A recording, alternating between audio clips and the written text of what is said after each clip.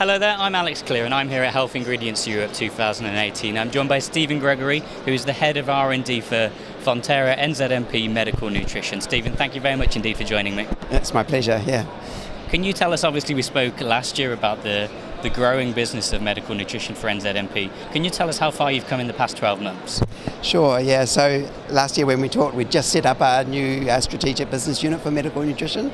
So in the last year we've done a lot of, obviously had a lot of opportunities to go out and talk to customers and really find out what they need. And in response to that, we've done quite a lot of refinement of our strategy and our concepts that we're doing. We've made some really exciting improvements to some of the prototypes that we had at the show last year. And no, it's good. So in particular, we've been focusing on our high protein, high energy, compact medical drink. And now we have the concept so that it's dominant in whey. Which is great and very unique on the market. There are only a couple of high protein, high energy products on the market today, and they are all based purely on milk protein rather than whey. So this is quite a unique thing and is really good for a proposition that's really about tackling, helping with malnutrition in general and sarcopenia. It's also, we use it in combination with fast-acting milk protein as well. So the two of them together make a really nice protein engine, we call it. It's very low viscosity compared to what's on the market today, which also makes it easier to consume. And again, that combination is really good in terms of ease of digestion and fast absorption. So it's giving really high quality protein that tastes good, easy to consume, gentle on the digestive system, and absorbed quickly by the body so that it gets where it needs to in the body. So that's very exciting.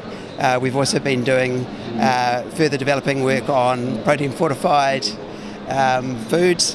When you're dealing with elderly patients, actually an oral drink is not normal food for them. So is there a way of kind of making the food more familiar or giving them the nutrition they need in familiar foods? And this is a category where we actually want them to eat cookies and ice cream and apple pie and chocolate and things like that, but actually we want them to get their protein content up. So we're using our specialised protein ingredients to put protein into these types of products to give them that extra nutrition. You mentioned the importance of the variety of different concepts and formats that you've got, and this is very much about in supporting overall health in the elderly and preventing sarcopenia, as you mentioned, isn't it? Yes, yeah, that's exactly right. So basically, in the elderly population, everyone starts to lose muscle mass as they get older, and if they don't stay mobile and keep their nutrition up, over time it's a common problem, and it actually ultimately can lead to things like a loss of independence, but it also increases their risk of injury. If they do end up in hospital, the risks associated with surgery go up. They might end up spending longer time in hospital, and actually ultimately it leads to things like mortality rates being increased. So it's a very key thing to be doing with the elderly population, and there's a real challenge there because they typically don't eat the protein that they need. The requirement or the guideline is 1.2 to 1.5 grams per kilogram of their body weight per day.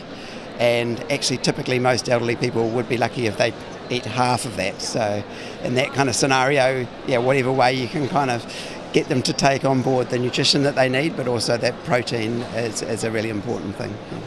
And because I imagine they often fail to meet the protein requirements that they need, formats like apple pie, chocolate, those are incredibly appetising for elderly patients.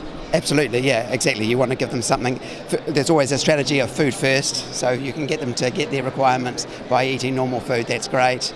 But actually having a sort of a three-pronged strategy is quite good. There's another one I haven't mentioned yet, which is we have some very nice proteins for protein waters, for example. So there's ways of, another way is sort of to trick the patient into giving them the hydration that they need, but also giving them protein there. They're obviously not getting the other calories there, but if they're in combination with normal food and something like a protein water, and then if you've got protein fortified foods, and then obviously then if you need it as well, the oral nutritional supplement type route. So kind of taking that multi-pronged approach is a really good strategy where generally people are not getting enough. Yeah. And are you making good progress towards helping your customers to get those sorts of products into consumers' hands? Yes, yeah. So obviously we've got these great ingredients. We've got a lot of interest in those ingredients. What we're also finding is to do some of these applications, it's also quite challenging to put them into the format. So a lot of our customers are also asking us for technical support in terms of actually bringing those, either getting those concepts working in their own plants, or actually if we can actually help them with giving them a more finished concept. So we're also working with other partners to see if we can make that a reality for them as well. Stephen, thank you very much indeed for joining me. No worries, my pleasure. Yeah.